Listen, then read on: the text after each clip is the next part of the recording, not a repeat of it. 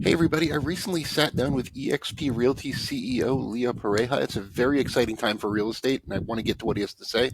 Before we do, check out the link you see on your screen for a message from my sponsor, The Motley Fool.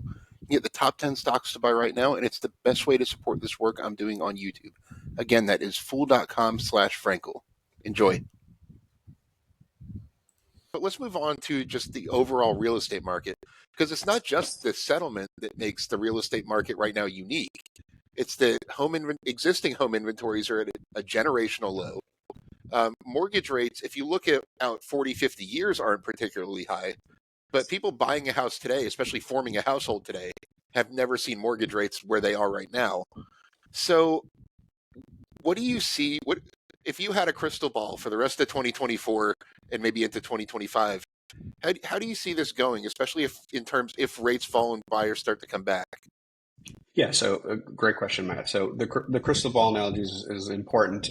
I always kind of look out 6 to 12 months out, and so I see the demand supply be more of a three input math problem, and it is supply, demand, and you hit it on the household formation as the demand driver, and then the affordability. So I would make the argument that you bought a house, I bought a house.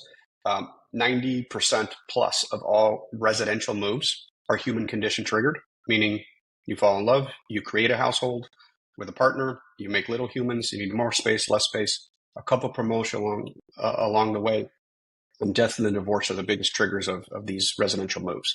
And so the demand is going to be there. So that's one part of the math problem that continues between household formation, number of Americans in this country. And then what happens is when that trigger happens, you still move, you just make the decision if you can afford to buy or rent, right? So there's always demand from the non homeowners, right, who make a problem decision of it costs this much to rent, and so I will most likely continue renting or choose to buy. But the supply issue that we have in this country is very real and very systemic, and it comes from the 2008 financial crisis, where we just didn't build enough homes for the last decade. So I do not see any massive shift in inventory, and the demand has stayed very, very strong. So if rates were to drop to like that magical number in the fives, that would probably trigger a lot of demand because the demand's been there. But with my crystal ball, with my, and again, humble opinion, I don't have any additional data that you don't have, is I see 2024's transactional volume numbers identical to 2023's, and 2025's, depending on if there's a modest interest rate move, because I don't see a massive one coming, very similar to 2024. So, which again, historically is a very, very low number that we haven't seen since probably 2008 and probably in the early 90s. So let me follow up with that. What do you think it would take to see home sale volumes really not necessarily go back to 2021 levels, because I don't think anyone thinks that's going to happen anytime soon, but to normalize? Yeah, so let's define that. So 2021 was close to 7 million between resale and new construction, which the last time we saw that was 2006. So that's the high water mark in the 50-year chart, and the low water mark is now. It's right now. It's 2008, 9, and again in the early 90s. A normalized market, according to economists, is somewhere between 5 to 6 million transactions, and so for us to get back there quickly, it would have to be a significant drop in rate because of affordability. So I think we're going to have this new normal, probably between 4 and 5 for a period of years before we get to crossing to the fives. But again, the fundamentals of the type of debt that was originated, the amount of cash transactions, fundamentally we are much, much stronger than in years past. So from your answers, I think it's fair to say that you don't see home prices necessarily falling by 10, 20% like a lot of people seem to think. No, I do not. And again, I just look at data and numbers, right? So the impetus for the massive drop in valuations in 2008 was a sustainable mortgage market, right?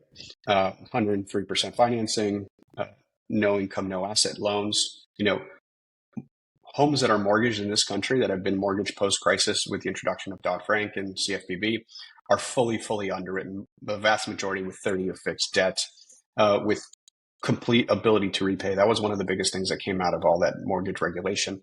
And with probably the largest amounts of cash purchases we've seen also in a decade. So there is no underlying trigger that would have a precipitous drop in value. So mortgage rate, this is definitely a question that I know not to ask a realtor this question, but I'm going to anyway. So mortgage rates have come down a bit from the peak. I want to say they peaked at around 8% toward the end of 2023 for a 30-year loan. Don't quote me on that. They're down to a little under 7% right now. So they've come down a bit. Is now a good time for people to buy a home? In other words, if you're forming your house right now, is now a time to actually get into the housing market, or is it a good time to stay on the sidelines? Your opinion. I will answer it how I answered when I was a realtor and an active practitioner, which I still hold a real estate license, but when I was in transactions. And honestly, it's the most truthful way I've seen over the years. When you are going to buy a house, it has a lot to do with your affordability, right? So, and I say your long-term plans. So if you look over a 10-year period, if we take any decade that you want, you can even be as specific as, like, let's take 2006 to 2016, right? Because 2006 we peaked and then we had a horrible several years. What I advise consumers is if you have this impending personal event, which I just described earlier, that triggers the move, the question you should ask yourself is, what can I afford, right? And what does that get me? And how long do I see myself being in the house? Like if you are in a job situation where you see yourself moving in a year or two, that short of a window has a lot to do with, macroeconomics that you don't have control over. So that would probably, like, if you have a temporary employment or a job relocation, or you're just not sure of how long you'll be in that general vicinity or job stability, then that's probably a good time to just wait it out, independent of what rates and market is doing. But if you see yourself in that general vicinity and it costs similarly to rent as to own, and you see yourself, I would say, with, anything north of a 7, 8, 10-year horizon, historically, that is just a very good choice, right? Because you get to lock in pricing. If you were to be renting over the same decade, and let's pick any decade, you can see the rent appreciation. And that's not a good thing when you're a renter versus a homeowner, where you get to lock in cost of housing, reducing mortgage balance, and capitalizing on appreciation. So my 10-year rule, like, I feel like if you just take any 10-year period, in your and I's functional lifetime, Matt, has been a pretty safe way to do it. And so that's how I answered the question when I sold families' homes. And, if someone said, hey, I'm not sure I'm going to be here in 2 years, but they still wanted to buy, the next question I would ask is, at your housing cost payment, can that cover the rent, right? Because residential real estate has been a huge fuel of net worth creation in this country. And I'm not talking about REITs and sophisticated investors. I'm talking about the family who did buy a house, got that awesome offer to relocate to another part of the country for a job opportunity, but kept that initial home as a rental property, and that, added substantially to their net worth over a 10, 20, 15-year period. Excellent. So it's fair to say that, mortgage rates in and of themselves should not scare buyers away to the extent that we've seen a lot of buyers be scared away. So, all right.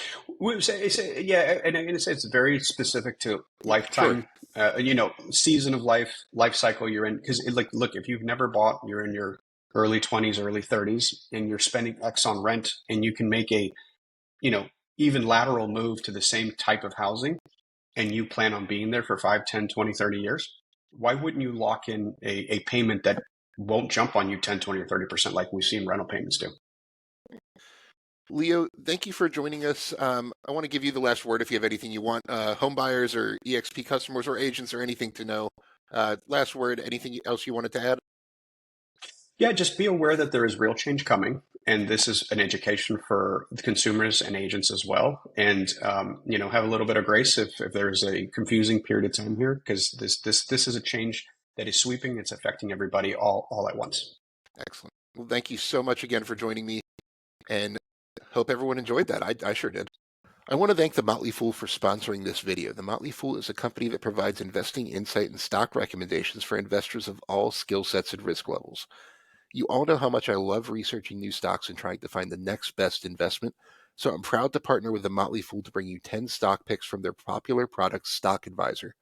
Stock Advisor has beaten the market by more than 4 times, so go to fool.com/Frankel to get your 10 stock picks now. The Motley Fool Stock Advisor returns are 650% as of April 16th, 2024, and are measured against the S&P 500 returns of 148% as of April 16th, 2024.